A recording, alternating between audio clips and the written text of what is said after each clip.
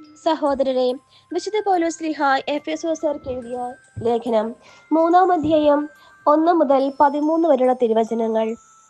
ഇക്കാരണത്താൽ വിജാതീയരായി നിങ്ങൾക്ക് വേണ്ടി യേശുക്രിസ്തുവിനെ പ്രതി തടവുകാരനായി തീർന്നിരിക്കുന്ന പൗലോസായ ഞാൻ നിങ്ങൾക്ക് വേണ്ടി ദൈവകൃപ കൈകാര്യം ചെയ്യാൻ നിയോഗിക്കപ്പെട്ടിരിക്കുകയാണെന്ന് നിങ്ങൾ കേട്ടിട്ടുണ്ടല്ലോ. ഞാൻ മുമ്പ് ചുരുക്കമായി നിങ്ങൾക്ക് എഴുതിയിട്ടുള്ളതുപോലെ വെളിപാട് വഴിയാണ് രഹസ്യം എനിക്ക് അറിവായത്. അത് വായിക്കുമ്പോൾ ക്രിസ്തുവിന്റെ രഹസ്യത്തെക്കുറിച്ച് എനിക്ക് ലഭിച്ചിരിക്കുന്ന ഉൾക്കാഴ്ച എന്തെന്ന് നിങ്ങൾക്കത് മനസ്സിലാക്കാം. ഇപ്പോൾ അവിടുത്തെ വിശുദ്ധരായ അപ്പസ്തോലന്മാർക്കും പ്രവാചകർക്കും പരിശുദ്ധാത്മാവിനെ വെളിവാക്കപ്പെട്ടതുപോലെ മറ്റു തലമുറകളിലെ മനുഷ്യർക്ക് ഇത് വെളിവാക്കപ്പെട്ടിരുന്നില്ല.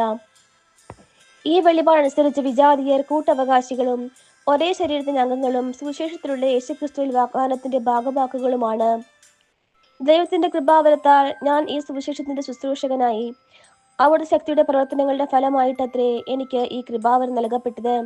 വിജാതീയരോട് ക്രിസ്തുവിന്റെ ദുർഗ്രഹമായ സമ്പന്നതയെക്കുറിച്ച് പ്രസംഗിക്കാനും സകലത്തിന്റെയും സൃഷ്ടാവായ ദൈവത്തിന് യുഗങ്ങളോളം നിഗൂഢമായി സ്ഥിതി ചെയ്തിരുന്ന രഹസ്യത്തിന്റെ പ്രവർത്തനം എല്ലാവർക്കും വ്യക്തമാക്കി കൊടുക്കാനും ഉതകുന്ന വരം വിശുദ്ധരിൽ എനിക്ക് ഏറ്റവും നിസ്സാരരായി എനിക്ക് നൽകപ്പെട്ടു. സ്വർഗീയങ്ങളിലുള്ള ശക്തികൾക്കും അധികാരങ്ങൾക്കും സഭയിലൂടെ ദൈവത്തിന്റെ ബഹുമുഖ ജ്ഞാനം വ്യക്തമാക്കി കൊടുക്കാൻ വേണ്ടിയാണ് അവിടുന്ന് ഇപ്രകാരം ചെയ്തത്. ഇത് നമ്മുടെ കർത്താവായ യേശുക്രിസ്തുവിൽ സാക്ഷാത്കരിക്കപ്പെട്ട അവിടുത്തെ നിത്യമായ ഉദ്ദേശത്തിനനുസൃതമാണ്. അവനുള്ള വിശ്വാസം മൂലം ആത്മധൈര്യവും ദൈവത്തെ സമീപിക്കാൻ സാധിക്കുമെന്ന പ്രത്യാശയും നമുക്കുണ്ട്. അതിനാൽ ഞാൻ നിങ്ങൾക്ക് വേണ്ടി സഹിക്കുന്ന പീഡകളെ പ്രതി നിങ്ങൾ ഹൃദയവ്യഥ അനുഭവിക്കരുത് എന്ന് ഞാൻ അഭ്യർത്ഥിക്കുന്നു. ഈ പീഡകൾ അത്രേ നിങ്ങളുടെ മഹത്വം. നമ്മുടെ കർത്താവായ മിശിഹായ്ക്ക് സ്തുതി.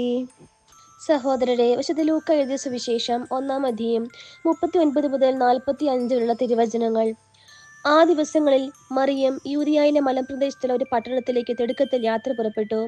അവൾ സഖറിയയുടെ വീട്ടിൽ പ്രവേശിച്ച് എലിസബത്തിനെ അഭിവാദനം ചെയ്തു. മറിയത്തിന്റെ അഭിവാദനം കേട്ടപ്പോൾ എലിസബത്തിന്റെ ഉദരത്തിൽ ശിശു കുതിച്ചു ചാടി.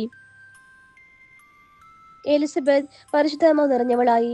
അവൾ ഉദ്ഘോഷിച്ചു, നീ സ്ത്രീകളിൽ അനുഗ്രഹീതയാണ്, നിന്റെ ഉദരഫലവും അനുഗ്രഹീതം.